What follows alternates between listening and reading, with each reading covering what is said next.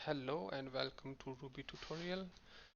इस वीडियो में मैं आपको जो आईआरपी है उस पर थोड़ा गाइड करूंगा और रूबी की जो बेसिक सिंटैक्स है और जो बेसिक सी उसका एक ओवरव्यू है वो आपको दूंगा। लास्ट जो हमारी वीडियो थी उसमें हमने देखा था कि रूबी को इंस्टॉल कैसे करना है, और इंस्टॉलेशन के दौरान मैंने आपको बताया था कि जब आप रूबी इंस्टॉल करते हैं तो रूबी के साथ एक आईआरपी प्रोग्राम यूटिलिटी है जो ऑटोमेटिकली आपके सिस्टम में इंस्टॉल हो जाती है। तो IRP stand for interactive Ruby. आप अगर मैक यूज़ कर रहे हैं तो आप अपने टर्मिनल के अंदर जाके आईआरपी लिख के एंटर प्रेस करेंगे, और अगर आप विंडोज़ इस्तेमाल कर रहे हैं तो विंडो में आपने अपने स्टार्ट मेन्यू में जाके रूबी सर्च करना है, और रूबी के सेक्शन के अंदर आपको इंटरेक्टिव रूबी प्रोग्राम जो है वो नज़र आएगा, उसको आपने ओपन करना है। तो जब आप आई आर पी स्टार्ट करेंगे तो आप देखेंगे कि स्टार्ट में हमारे पास जो है वो 3.0.0 फॉर एग्जांपल हियर जो आपको अभी नज़र आ रहा है, ये रूबी का करंट वर्जन है जो हम यूज़ कर रहे हैं। तो in in my case now we are using Ruby version 3। तो अब यहाँ पे ऑलरेडी हम रूबी इन्वायरमेंट में हैं। जो भी स्टेटमेंट आप यहाँ पे आप लिखेंगे वो आपने रूबी वो स्टेटमेंट लिखनी है जो रूबी के लिए अंडरस्टैंडेबल है। तो फॉर एग्जांपल शुरू करते हैं। पहले मैं अगर यहाँ पे लिखूँ फॉर एग्जांपल हेलो रूबी, तो हेलो रूबी में आप यहाँ पे अगर आप नोट करें तो मैंने इसको डबल कोट्स के अंदर लिखा है। डबल कोट्स में जब हम कोई भी चीज़ लिखते हैं तो वो स्ट्रिंग होती है हमारे पास। स्ट्रिंग अब क्या है? स्ट्रिंग कम्बिनेशन ऑफ करेक्टर्स है। और करेक्टर्स अगर देखें हम क्या है, तो करेक्टर्स हमारे पास जो है वो ये सिंगल लेटर है। तो अब एक करेक्टर जो है वो आपका स्पेशल करेक्टर भी हो सकता है, आपका जो है वो अल्फ़ाबेटिक वैल्यू है वो भी हो सकती है। और अगर स्ट्रिंग के अंदर आप नंबर्स लिखते हैं तो वो जो नंबर्स हैं वो भी आपके एज अ करेक्टर जो है वो कंसिडर होंगे। अब फॉर एग्जांपल इसको अगर हम देखें तो इसमें हमारे पास जो करेक्टर्स हैं वो एच है, ई है, एल है, एंड सो फॉर एंड तक। तो इस स्ट्रिंग की अब अगर प्रोग्रामिंग टर्मिनोलॉजी में अगर कोई आपसे पूछे कि इस स्ट्रिंग की जो लेंथ है, ये स्ट्रिंग का साइज है वो क्या है, तो वो इसके नंबर ऑफ करेक्टर्स हैं। फॉर एग्जांपल अगर इसको हम काउंट करें तो वन हमारे पास एच है 1 2 3 4 5 6 7 8 9 10। तो इसकी जो साइज है स्ट्रिंग का या इसकी जो लेंथ है वो 10 है। इसमें आपने नोट किया होगा कि जो स्पेस है इसको भी मैंने एक करेक्टर काउंट किया है। तो जिस तरह मैंने आपको पहले बताया है कि स्ट्रिंग के अंदर आप अगर न्यूमेरिक वैल्यूज लिखते हैं या आप उसमें स्पेशल करैक्टर्स उसमें आप ऐड करते हैं, वो सारे जो हैं वो स्ट्रिंग की साइज पे या स्ट्रिंग की जो लेंथ है उस पे वो असरअंदाज होते हैं। तो अब इस स्ट्रिंग की जो लेंथ है ये हमारे पास अब 15 है। हमने क्योंकि 5 extra letters, three numeric value हमने इसमें ऐड किए हैं और दो जो है वो स्पेशल करैक्टर्स ऐड किए हैं। तो ये स्ट्रिंग आप डबल कोट्स में भी लिख सकते हैं। इसके अलावा आप जो है वो स्ट्रिंग को सिंगल कोट्स के अंदर भी लिख सकते हैं। फॉर एग्जांपल यहाँ पे अगर सिर्फ आप हेलो लिखें सिंगल कोट्स, तो ये देखें ये भी हमारे पास एक स्ट्रिंग है। अब जो भी एक स्टेटमेंट आप लिखते हैं यहाँ पे ये एक एक्सप्रेशन है, प्रोग्रामिंग एक्सप्रेशन है रूबी के लिए। अब यहाँ पे आपने ये एक्सप्रेशन लिखा और रूबी ने आपको वही सेम जो एक्सप्रेशन है वो रिटर्न कर दिया। अब इसमें यहाँ पे देखिए हम इस चीज़ को प्रिंट नहीं करवा रहे, अभी हमने सिर्फ एक एक्सप्रेशन लिखा और इस एक्सप्रेशन की जो रिटर्न वैल्यू है वो हमें जो है इस प्रोग्राम ने रिटर्न कर दी है। अब ये रिटर्न वैल्यू क्या होती है, कैसे होती है, ये जब हम आगे जाके फंक्शंस वगैरह को एक्सप्लोर करेंगे तो उसमें मैं आपको बताऊंगा, आपके लिए ज़्यादा क्लियर होगी। अभी सिर्फ इतना ही आप बस रखें, जो है वो इसको कंसिडर करें कि हमने एक एक्सप्रेशन जो है वो प्रोग्राम को दिया, रूबी एक्सप्रेशन, और उसने उसकी जो रिटर्न वैल्यू थी वो हमें ये दे दी। लेकिन अगर हमने अब इसी को प्रिंट करवाना है, फॉर एग्जांपल हम कहते हैं कि हमने ये टेक्स्ट प्रिंट करवाना है स्क्रीन के ऊपर, तो उसके लिए हमारा एक प्रोग्राम है पुट्स। अब पुट्स में आप अगर कहें कि हेलो रूबी फॉर एग्जांपल, तो इसमें अब आप देखिएगा कि ये हमारी रूबी जो है ये यहाँ पे बगैर कोट्स के प्रिंट करवा रहा है इसको। और उसके अलावा नेक्स्ट लाइन पे आपको नजर आ रहा होगा कि निल है, और निल अब इसका ये जो हमने एक्सप्रेशन दिया इसकी जो रिटर्न वैल्यू है वो निल है। निल जो है ये एक एक वैल्यू है जिसके जिसमें कुछ भी, समझे कि रूबी के अंदर ये एक पॉजिटिव वैल्यू है जिसमें कुछ भी नहीं होता। बाज प्रोग्रामिंग लैंग्वेजेस में इसको जो है वो नल कंसिडर किया जाता है, और इसमें जो है वो नील है। तो ये जब आप किसी भी वेरिएबल के अंदर उसको इनिशियलाइज करते हैं और उसमें कुछ भी स्टोर नहीं करते, वो खाली होता है, तो उसको नील या नल कंसिडर किया जाता है। तो अब इस एक्सप्रेशन ने जो है वो हमें कुछ भी इस एक्सप्रेशन में ऐसी चीज़ नहीं थी हमें रिटर्न करने के लिए, तो इसने हमें जो है ये नील रिटर्न किया है यहाँ पे।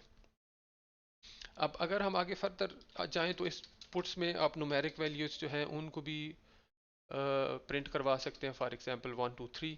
इसी तरह अगर आपने डेसिमल वैल्यू प्रिंट करवानी है 1.5, तो ये आपको नज़र आ रहा होगा, ये हमारी न्यूमेरिक वैल्यू प्रिंट हो गई, ये जो है वो डेसिमल वैल्यू प्रिंट होगी।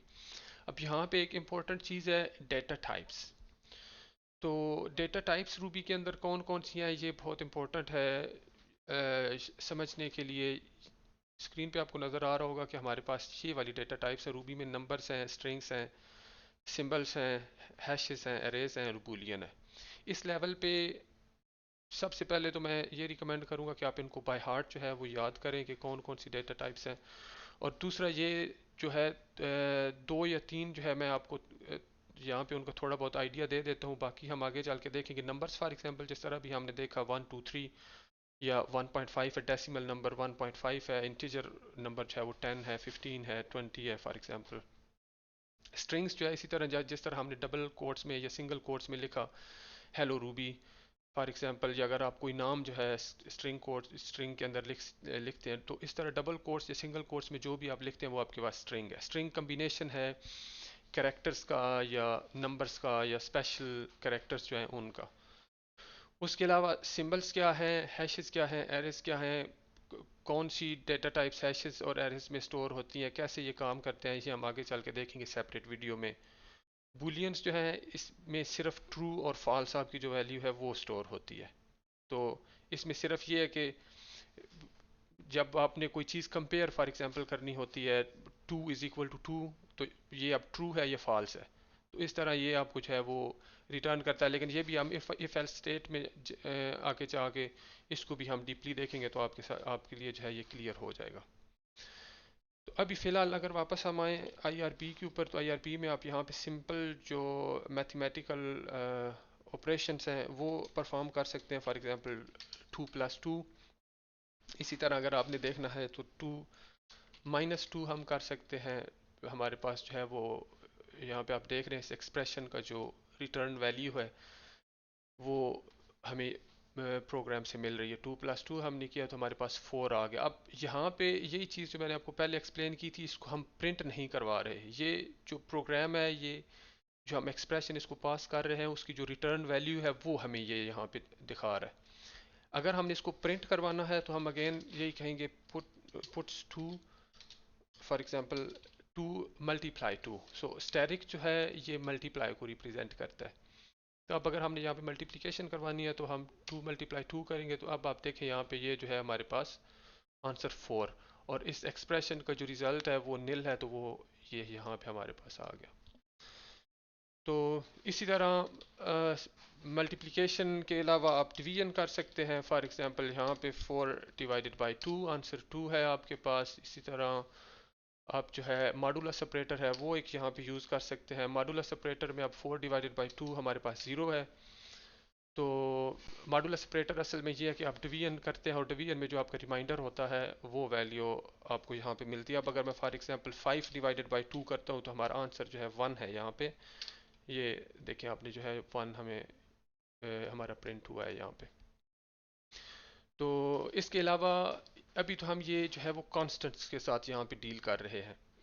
कांस्टेंट से मुराद ये है कि हमारा 4 है, 2 है या ये 5 है, हम डायरेक्टली कांस्टेंट पे मैथमेटिकल ऑपरेशंस जो है वो लगा रहे हैं।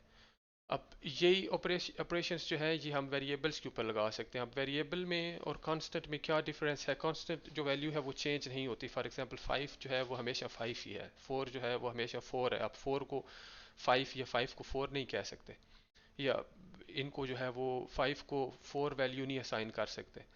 तो यहाँ पे हमारे पास जो दूसरा कॉन्सेप्ट है वो वेरिएबल्स का है। वेरिएबल के नाम से जिस तरह जो है वो हम आइडिया लगा सकते हैं कि उसकी वैल्यू जो है वो वेरी करती है। फॉर एग्जांपल अब अगर मैं एक वेरिएबल डिफाइन करूँ x, और x को मैं वैल्यू असाइन कर दूँ 3, तो अब मैंने एक वेरिएबल डिक्लेयर कर दिया है x और उसको मैंने वैल्यू असाइन की है 3। ये जब इक्वल लगा के तो आगे जो हम राइट साइड पे वैल्यू देते हैं ये वो वैल्यू होती है जो हम वेरिएबल को असाइन करना चाहते हैं। अब इस एक्सप्रेशन को अगर हम प्रोग्रामिंग के पॉइंट ऑफ व्यू से देखें तो जो इक्वल साइन है उसके लेफ्ट साइड पे हमारे पास वेरिएबल है, वेरिएबल का नाम है x, और उसके राइट साइड पे हमारे पास कांस्टेंट है 3 जो हमने इस वेरिएबल को असाइन किया है। अब अगर हम पुट्स करवाएं x तो आप देखेंगे कि हमारे पास आंसर जो है वो 3 आ रहा है क्योंकि हमने x के अंदर 3 को स्टोर किया हुआ है। अब सिमिलरली अगर आप कोई वेरिएबल डिक्लेयर नहीं करते और उसको कोई वैल्यू असाइन नहीं करते और उसको प्रिंट करवाने की कोशिश करते हैं तो प्रोग्राम जो है वो आपको एरर देगा। अब फॉर एग्जांपल y को हमने डिक्लेयर नहीं किया, अब अगर मैं y को प्रिंट करवाने की कोशिश करता हूँ तो आप देखेंगे कि हमारे पास ये एरर आ रहा है, यहाँ पे रूबी को नहीं पता कि y क्या है। लेकिन अगर हम y को डिफाइन कर देते हैं, y is equal to for example मैं कहता हूँ कि 4 है, और अब अगर मैं पुट्स करवाता हूँ y को तो आप देखेंगे कि 4 प्रिंट हो रहा है। अब हमारे पास दो वेरिएबल्स हैं x और y। x में हमने 3 स्टोर किया हुआ है, y में 4 स्टोर किया हुआ है। अब हम इन दोनों के ऊपर जो है मैथमेटिकल ऑपरेशंस लगा सकते हैं। तो फॉर एग्जांपल x प्लस 4, ये हमारे पास अब देखिए आंसर जो है वो 7 है। तो इसी तरह अब दूसरे जो हैं वो मैथमेटिकल ऑपरेशंस भी इन वेरिएबल्स के ऊपर यूज़ किए जा सकते हैं।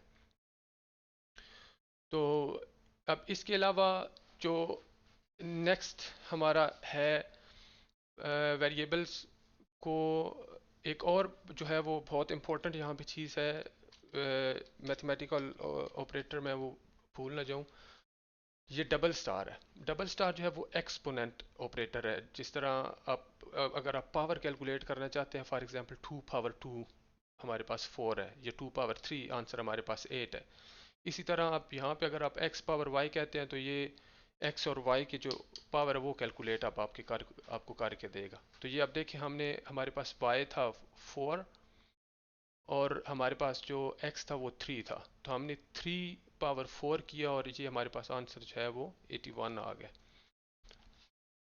तो अभी इसको यहाँ तक ही हम इस वीडियो को रखते हैं। यहाँ पे अब आप थोड़ा सा, अगर आप IRB आपके पास ऑलरेडी जो है वो चल रहा है तो आप इसके साथ थोड़ा सा खेल सकते हैं। ये जो मैथमेटिकल ऑपरेटर्स हैं इनको यूज़ करें और वेरिएबल्स को जो है वो डिक्लेयर करें और देखें कि वेरिएबल्स कैसे काम करते हैं। अगली वीडियो के अंदर जो है वो हम रूबी के रिजर्व वर्ड्स और ये जो डेटा टाइप्स हैं इनको और ऑपरेटर्स को और थोड़ा डीपली एक्सप्लोर करेंगे, क्योंकि जो ऑपरेटर्स हैं मैथमेटिकल ऑपरेटर्स के अलावा और भी हमारे पास कंपैरिजन ऑपरेटर्स हैं। फॉर एग्जांपल अगर आपने नंबर्स को कंपेयर करना है और चेक करना है कि दो नंबर्स इक्वल हैं या एक नंबर दूसरे से बड़ा है या छोटा है, तो इसके लिए हमारे पास जो है वो पूरी एक ऑपरेटर्स की लिस्ट है। तो ये हम नेक्स्ट वीडियो में देखेंगे।